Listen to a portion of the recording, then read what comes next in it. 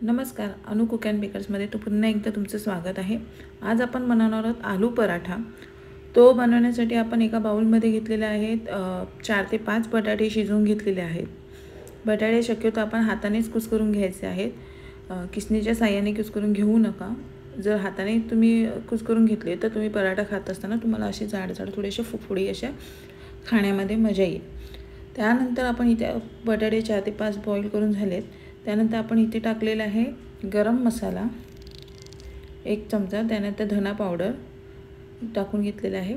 त्याच्यानंतर आपण ह्यामध्ये टाकणार आहोत लाल तिखट मसाला। शक्यतो तुम्ही लाल तिखट मसाला 1 ते 2 चमचे कमी घेतले तरी चालेल, 2 चमचे नको, 1 ते 1.5 चमचे घेऊ शकता। त्यानंतर आपण इथे जिरा पावडर घेतलेली आहे आणि थोडंसं आमचूर पावडरसुद्धा ह्याच्यामध्ये घ्यायची आहे आपल्याला। आमचूर पावडर थोडं कमी घ्या, नाही तर तुम्ही लिंबाचा रस, आमचूर पावडर नसेल तर तुम्ही लिंबाचा रससुद्धा ह्यामध्ये पिळून घेऊ शकता। त्यानंतर ह्यामध्ये आपण मीठ टाकून घ्यायचं आहे आणि हे आता आपण आलं लसूणची पेस्ट घेतलेली आहे। तुम्ही घरी आलं लसूणची पेस्ट बनवली असेल ती पण चांगली आहे, तीसुद्धा टाकू शकता।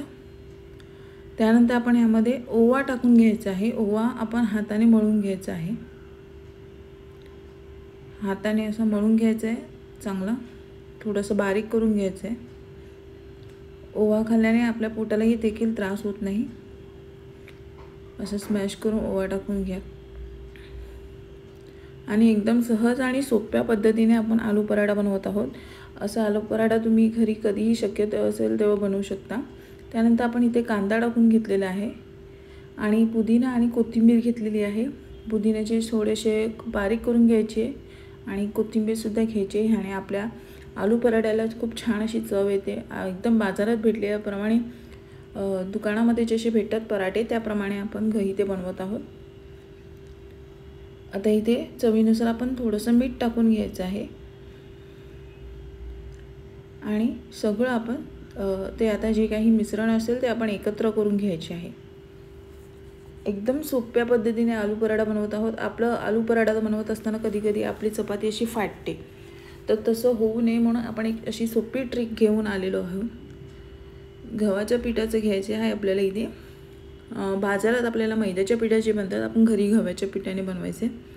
असं चपातीचं पीठ आपण लाटून घ्यायचं आहे। तुम्हाला माहितीच असेल गव्हाचं पीठ आपण कसं मळून घेतो।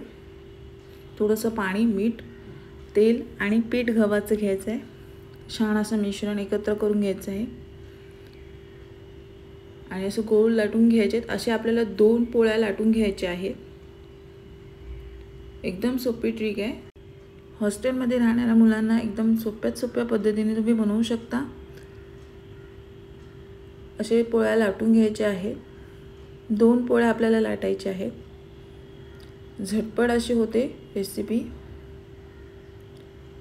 घरी काही नसेल, भाजी चपाती आपल्याला खायचं मन नसेल तर आपण आलू पराठा बनवून घेऊ शकतो। ही चपाती आपण 1-2 लाटून घेतलेल्या आहेत। आता आपण जे मिश्रण होतं केलेलं बटाट्याचं, ते मिश्रण आपण वरती असं लावून घेत आहे।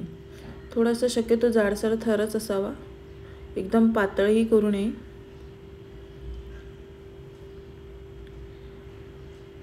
आणि आपली चपाती थोडीशी पातळ अशी असावी, जाड लाटू नये, म्हणजे आपला पराठा चांगला असा तयार होतो। आता आपण लावून घेतलेला आहे भाजी सगळीकडे। आता ह्यावरती आपल्याला दुसरी पोळी ठेवायची आहे।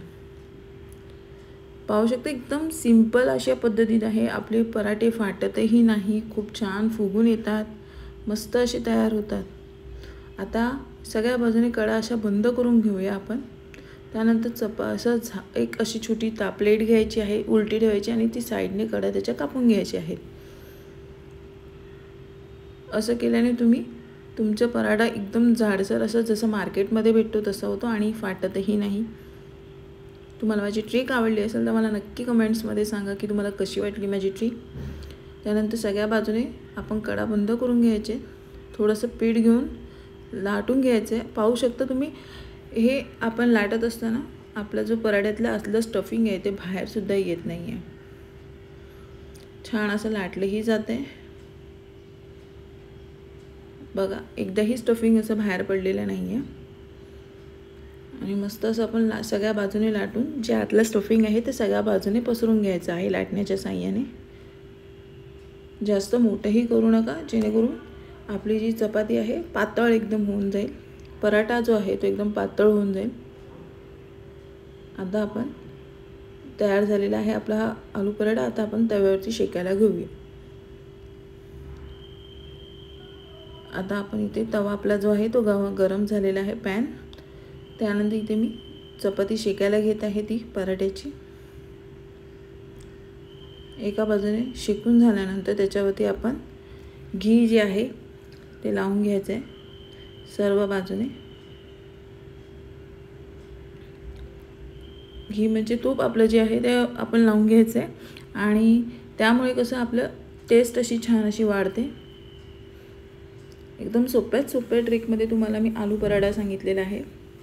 तुम्हाला कसा वाटला माझा आलू पराठा मी जे बनवला आहे ते मला कमेंट्समध्ये नक्की सांगा।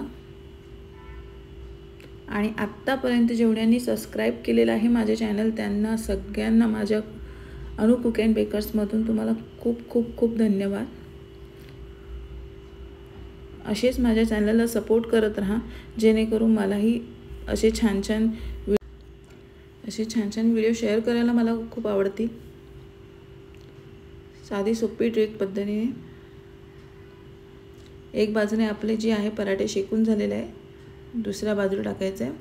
पराठा एवढा जाड असतो की आपल्याला पलटताना सुद्धा तो थोडा जड असा होतो। ऑइल न लावता जर तुम्ही त्याला तूप लावलं तर खूप अशी सुंदर अशी चव तयार होते। सगळ्या बाजूने शेकून झालेले आहे। घरी नक्की करून पहा आणि मला कमेंट्समध्ये नक्की सांगा की तुमचा आलू पराठा कसा झाला होता।